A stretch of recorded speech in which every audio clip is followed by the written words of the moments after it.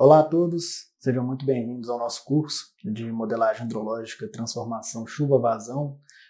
Hoje nós vamos aprender sobre o método racional. Então, nossa aula é da transformação chuva-vazão, o método racional. Se você é novo na EFI, seja bem-vindo. Meu nome é Guilherme.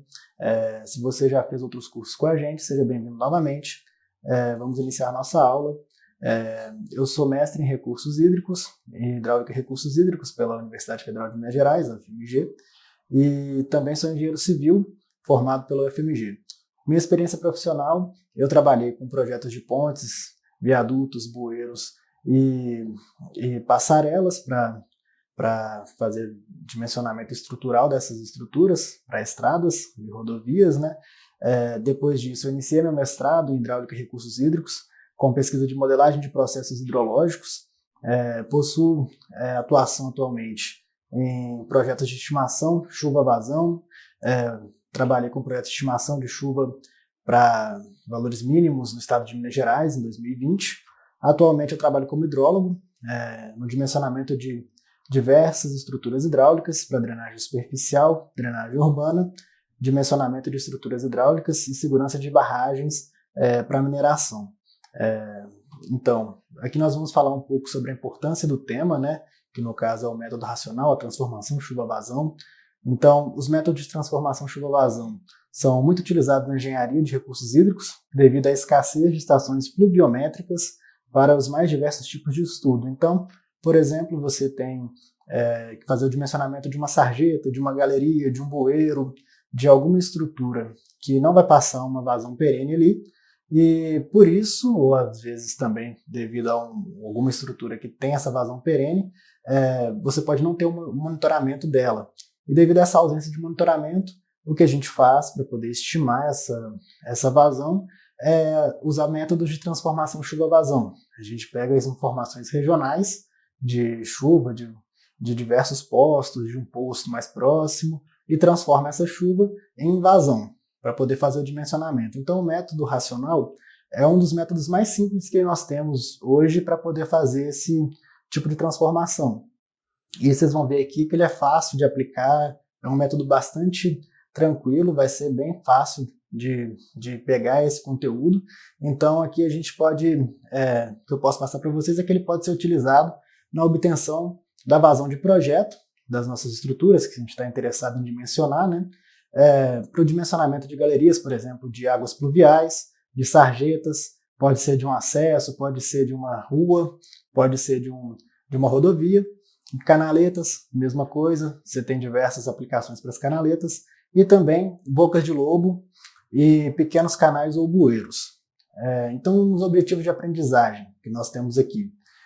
O principal objetivo seria identificar, reconhecer, distinguir os principais usos, funções e aplicações do método racional. Então, a gente tem que compreender o processo de formação de chuva-vazão e como que a gente aplica esse método. Então, a execução desse método, para a gente poder fazer isso, a gente tem que fazer o seguinte: a gente tem que fazer o traçado da bacia hidrográfica, executar a classificação de uso e ocupação dos solos, e a gente vai ver os diversos tipos de uso e ocupação que a gente pode ter. Isso está dentro da bibliografia, existem diversos autores com diversas tabelas de classificação, e também a gente tem que utilizar o método racional ao final disso, nesses passos, para obter a vazão de projeto. Então, esse é o assunto que a gente vai tratar aqui nessa videoaula hoje, essa é a videoaula 1, né? Caso você não tenha assistido, caso você não tenha lido o material do aluno, acho interessante que você pare agora, leia o material, tanto do curso quanto dessa aula, antes de nós prosseguirmos aqui com a aula. Caso você já tenha lido, vamos juntos. Então, os assuntos dessa aula são os seguintes. Você vai conseguir compreender os conceitos básicos da transformação chuva-vazão e os conceitos básicos do método racional.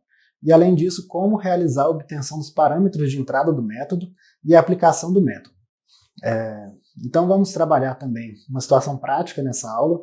Então, eu vou trazer para vocês as limitações do método, quais são as limitações do método racional, quando eu posso usar, quando eu não posso usar, o que eu devo levar em consideração para utilizar esse método ou lançar mão de outro método, e uma aplicação na prática do método racional. Como que a gente faz para obter a vazão de projeto para uma determinada situação. Então, antes de começar, você precisa saber do seguinte: como realizar um estudo chuva-vazão? A gente não vai trabalhar aqui como que é feito um estudo de chuvas. A gente vai só pegar esse estudo pronto e seguir para a transformação chuva-vazão. Como trabalhar com imagens de satélite, drone ou outro tipo de imagem para caracterizar uma bacia. Nesse caso, a gente vai partir do pressuposto que você já tem esse conhecimento, que você consegue utilizar ferramentas GIS, por exemplo, né, para poder identificar quais são as áreas de cada tipo de contribuição. Ou então, você pode fazer uma simplificação, mas conseguiria determinar qual que é a área de contribuição ali daquele determinado uso e ocupação. E também, a gente não vai tratar aqui relações intensidade, duração, frequência, as famosas IDFs, que você já deve ter antes de iniciar o estudo de transformação chuva-vazão. Então, aqui no caso, eu vou começar com uma breve explicação do ciclo hidrológico e modelos de transformação chuva-vazão. Aqui a gente tem o ciclo da água nessa imagem, né? Não sei se está claro para todo mundo aí, mas a gente pode começar em qualquer parte do ciclo, né? Vou começar pela evapotranspiração. Então a gente tem evaporação, evapotranspiração. Evaporação são de corpos d'água, lagos, mares, rios, reservatórios que estão expostos à radiação solar. Essa água ela vai evaporar para a atmosfera. A gente também tem evapotranspiração das plantas, né? A gente tem uma floresta, uma mata, alguma coisa ali que vai contribuir com a evaporação para a atmosfera. Essa água na atmosfera ela começa a ficar em suspensão, ela começa a se aglutinar, e à medida que ela vai se aglutinando, formam-se as nuvens, e em determinado momento começa a precipitação. Então, esse aqui é o ponto principal para a gente.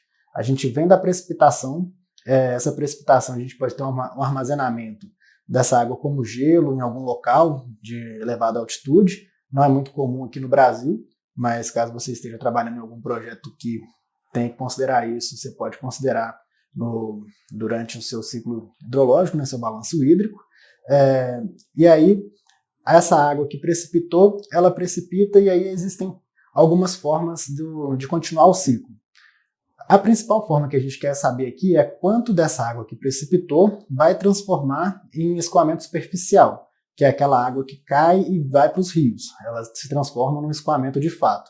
Porque parte dela, à medida que ela condensa, que ela cai, ela vai evaporar logo na sequência. Então a gente tem a chuva vai caindo e uma parte dela vai evaporando. Enquanto isso, a gente tem uma outra parte que vai infiltrar no solo. Então a gente tem infiltração, essa água que foi infiltrada, ela vai procurar alguma camada mais impermeável, vai formar algum reservatório subterrâneo, vai voltar a abastecer os rios com a recarga de aquífero, né? Mas isso a gente também não está tentando trabalhar no nosso método. E tem mais uma parcela, que seria a parcela que vai ficar presa ali nos buracos que a gente tem, por exemplo, formado por raízes de árvores, depressões na nossa topografia. Então essa água, ao invés dela se transformar em escoamento superficial, ela fica retida, tem um retardo desse escoamento e apenas uma parcela vira escoamento superficial. No nosso método que nós estamos trabalhando, que é o método racional, a gente despreza esses outros fatores, a gente tem a precipitação total, e da precipitação total a gente considera que uma parcela vai se tornar escoamento superficial. Então aqui o ciclo hidrológico. Esse ciclo hidrológico ele termina com a água indo em direção aos rios, mares, lagos e voltando para a precipitação, fechando o ciclo, né? Mas vamos focar sempre no escoamento superficial, que é aquele que a gente está interessado em dimensionar as estruturas. Então aqui eu trouxe a equação do método, né? É um método bem simples. A gente tem que a vazão de pico, a vazão de projeto, ela vai ser igual ao C, que é um coeficiente de escoamento superficial. Ele é adimensional, então a gente não tem unidade para ele.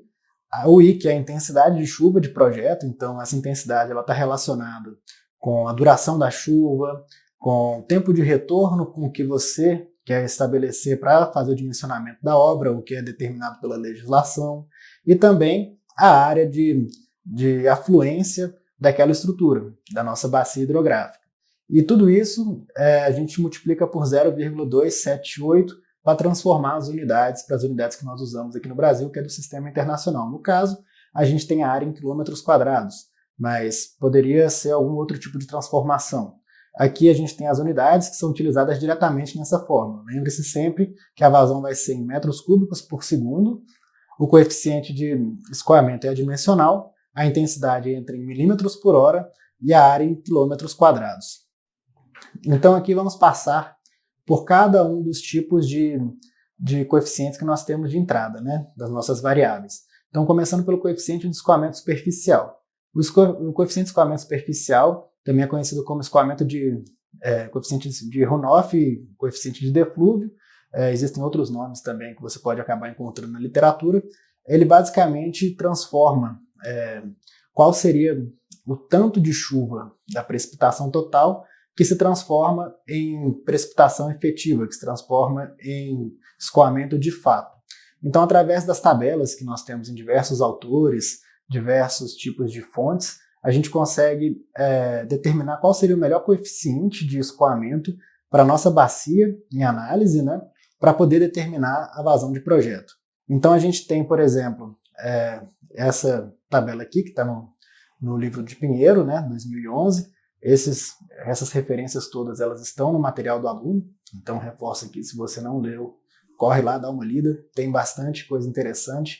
Eu deixei lá 3 livros muito interessantes para todo mundo que é dessa área de hidrologia, de hidráulica, para poder dar uma aprofundada. Então, lá tem o método racional e tem outros métodos também. Então, o coeficiente de escoamento aqui, no nosso caso, essa tabela ela é voltada para a mineração. Então, dá para ver que a gente tem, por exemplo, um coeficiente de escoamento superficial para pilhas de estéreo, com fase inicial, superfície exposta, ou então pilhas de estéreo na fase final, com cobertura vegetal. E a gente consegue perceber que esse coeficiente ele tem uma variação grande. Então, por exemplo, na pilha de estéreo, a gente tem ali uma variação de 0,60 a 0,30, dependendo da fase dela, dependendo também da sua caracterização da bacia, né? Então a gente tem taludes desgramados, pode ter um solo exposto sem vegetação, campos naturais, arbustos cerrados, florestas, matas. Então é possível fazer também uma composição disso. Vamos supor que você tem uma bacia, e a bacia não é totalmente sem vegetação, ela tem uma parcela dela que é sem vegetação, uma parcela dela que, por exemplo, é uma área de cultivo. E tudo isso está a montante da sua estrutura, que você está dimensionando. Então, é possível fazer uma média ponderada na área, né, para poder determinar qual seria o coeficiente de escoamento superficial final nessa situação.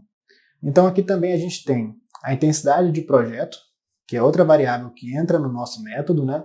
Então, a chuva de projeto ela está condicionada ao uso e aos riscos aos quais a sua estrutura, que você está dimensionando, ela vai estar submetida. Então, por exemplo, aqui, vamos supor que você esteja dimensionando uma galeria de drenagem urbana, e aí você foi lá na norma, procurou as referências que você poderia utilizar e descobriu que a SUDECAP, que é a Superintendência de Desenvolvimento da Capital aqui de Belo Horizonte, ela tem um manual que determina qual seria o tempo de retorno ou tempo de recorrência para os quais você deve dimensionar as estruturas. Então, para o caso de uma galeria, é preconizado que você dimensione ela para 25 anos de tempo de retorno e faça a verificação para 50. O que isso quer dizer? Isso quer dizer que, segundo as diretrizes da SUDECAP, o seu estudo de chuvas ele tem que te fornecer a intensidade de projeto para 25 anos de tempo de retorno. Então, a duração de projeto dessa chuva deve ser aquela que representa o maior pico de vazão. Além do tempo de retorno, você vai ter sua área de contribuição. Então, a sua área de contribuição existe um tempo entre a chuva, né, a partir do momento que começa a chover, e existe esse delay entre o início da chuva, o pico da chuva e o pico de vazão no exutório da sua bacia. No caso, o exutório da sua bacia vai ser a sua estrutura que está sendo dimensionada. Nesse caso, esse delay está associado à duração da chuva. Então, existe uma duração da chuva que vai gerar o maior pico de vazão no seu exutório, para aquele mesmo tempo de retorno. Então, por exemplo, a gente sabe que para estruturas como galerias de drenagem urbana, né, que as bacias têm uma área pequena de contribuição, muitas das vezes, para esses casos, as menores durações são as durações com que você deve utilizar no seu projeto, que elas vão estar associadas aos maiores picos. Caso você tenha uma bacia muito grande, à medida que a bacia vai crescendo de tamanho, a gente começa a ter alguns problemas de usar durações pequenas, elas começam a subestimar as vazões de pico. Então a gente começa a lançar a mão de durações maiores, aí é necessário fazer um estudo para verificar qual que seria a melhor duração para adotar no projeto.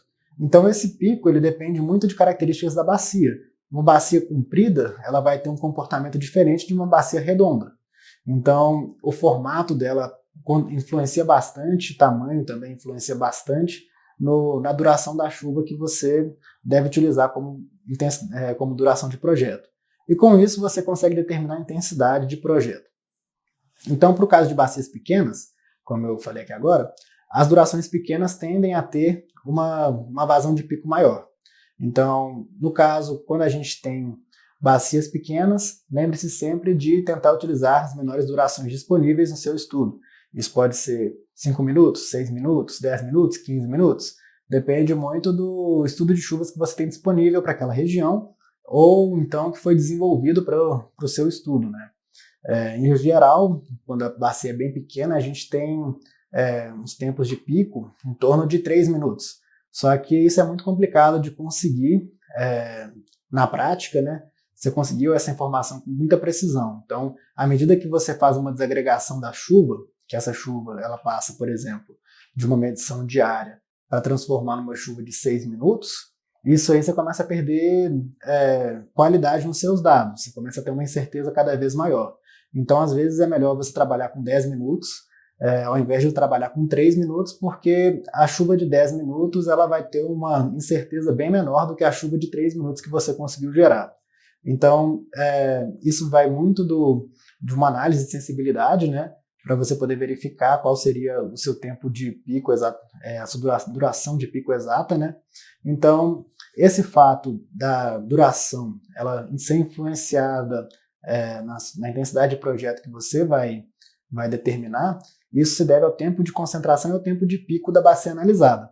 Então, aqui eu não vou detalhar muita coisa, né? Porque a gente não tem muito tempo, também não é o foco dessa aula, mas é interessante que você vá nas referências, lá a gente tem todos os autores mostrando o que é o tempo de concentração, o que é o tempo de pico, como que funcionam esses hidrogramas, para você entender como que você vai chegar na vazão de pico, na transformação chuva-vazão, e qual que é a duração que você utiliza.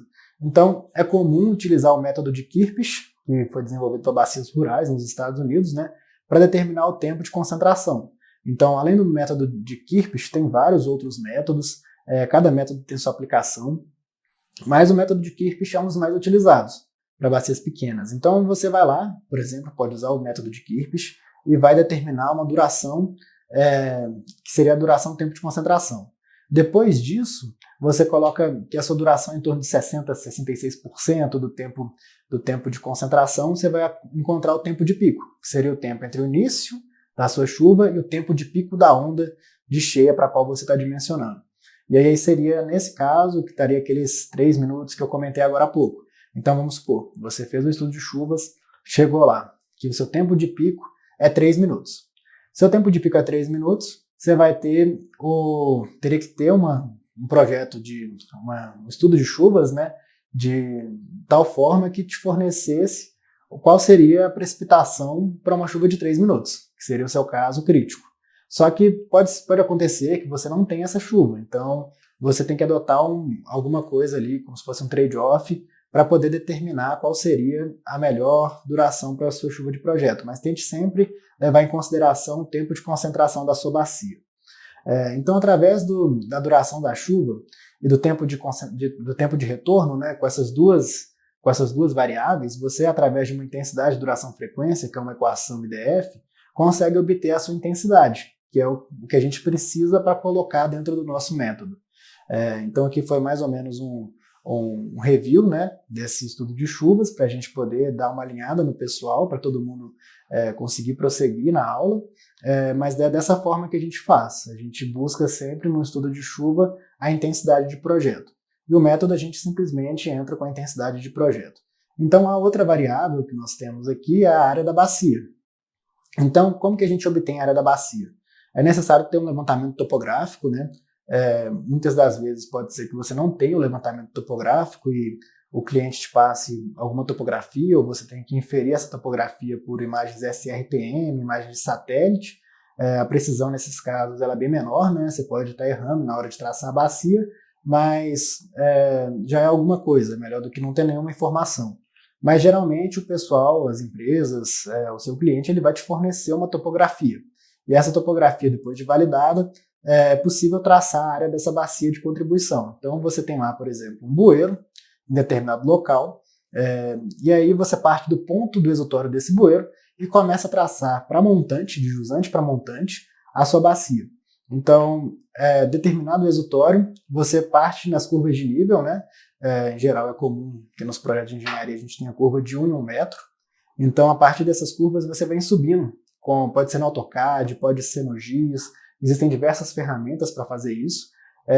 Então você traça a bacia, você pode traçar ela automaticamente, no AutoCAD ou no QGIS, no ArcGIS, existem ferramentas para isso, ou você pode fazer também de maneira manual. No caso da maneira manual, eu recomendo que você comece pelo exutório e vá subindo a bacia. Então isso também serve na hora de verificar se o que foi traçado pelo programa está fazendo sentido, está coerente. Então você vem subindo perpendicularmente as curvas de nível até você chegar no ponto mais alto da sua topografia e ali você começa a descer perpendicular até voltar ao exutório. Então você forma como se fosse um balão ali, onde a ponta do balão seria o seu exutório e em volta você tem o traçado dos limites da sua área de contribuição. Então, o método racional pode ser aplicado em bacias de até 1 km², segundo o livro de Pinheiro, ou 2 km², segundo o livro de Tucci. O que acontece na prática é que a partir de 0,75 km², né, isso aqui é o que tenho de experiência, que a partir do momento que a gente começa a ter bacias muito próximas de 1 km², as nossas vazões começam a ficar altas, e aí talvez seja necessário lançar mão de outros métodos. Mas, assim, você estaria embasado até 2 km², você consegue ter uma referência para citar e falar que esse método pode ser aplicado. Isso vai muito do objetivo da sua obra. Às vezes você não está confortável com algum determinado parâmetro que vai ser utilizado na entrada, e aí você parte para outro método. Ou então você fala, não, eu preciso que, nesse caso, minha obra não tem problema ela ficar um pouco superestimada, né? Minha vazão ficar um pouquinho maior, vou usar o método racional, não tenho tanto tempo, é um método que é válido, e aí você lança a mão do método racional para isso. Então, a definição dos limites da área de contribuição pode ser justificada através de diversos autores. Então, igual eu disse aqui, a gente tem o Pinheiro, que fala em 1 km², o Tucci fala em 2. Se vocês forem procurar outras referências, provavelmente vai ter outros valores de limite de aplicação do método, né? Mas assim, acima de 2, 5 km², quando chegar em 5 km², já não usa mais o método, porque ele vai superestimar essas vazões, você vai ficar com uma vazão enorme, e aí seria mais interessante ter um outro método de transformação chuva-vazão nesses casos. Mas para bacias pequenas, pode utilizar tranquilo, todo mundo usa, o mercado todo está usando esse método, então é uma coisa positiva. E é um método bem simples de aplicar, né, gente? Então, é isso aí.